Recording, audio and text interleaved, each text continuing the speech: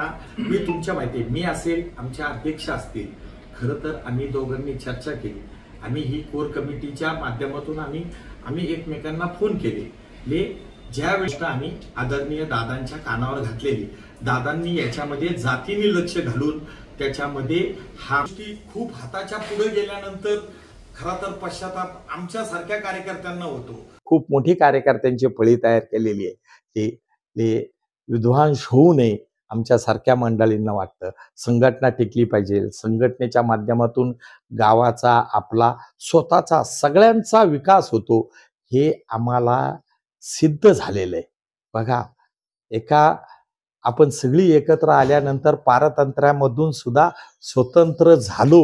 माझ्या पार्टीमध्ये मी तिकीट मागतोय हे तेवढंच खरं आहे, पण मागणं हा गुन्हा नाही ना। माझी पार्टी आहे, माझ्या पार्टीत आम्ही 4-5 मग गेल्या वेळेस सुद्धा मी मागत होतो, मग मी माझ्या पार्टीतली लोक आम्हालाच होती, पण नाही पार्टीने ठरवलं, मग आयात उमेदवार घेतला आम्ही आणि आम्ही एकनिष्ठेने कामं केली ना। ती एकनिष्ठ म्हणजे आयात केला म्हणून आम्ही विरोध नाही केला ना। आम्ही काय म्हणलो, आमच्या पक्षाचं ध्येय धोरण आहे, आम्हाला आमदार निवडायचा आहे, हेच आहे ना। आमच्या संघटनेला पण तोच विषय आहे ना।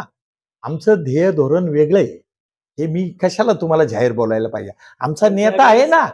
पण त्यावेळेस तुम्हाला काय असा हे दिला होता का शब्द कोण मागतो? कमजोर कार्यकर्ता किंवा ज्याचा विश्वास नसतो ना पार्टीवर, तो शब्द घेत असतो। शब्द घेण्याची ती नाही।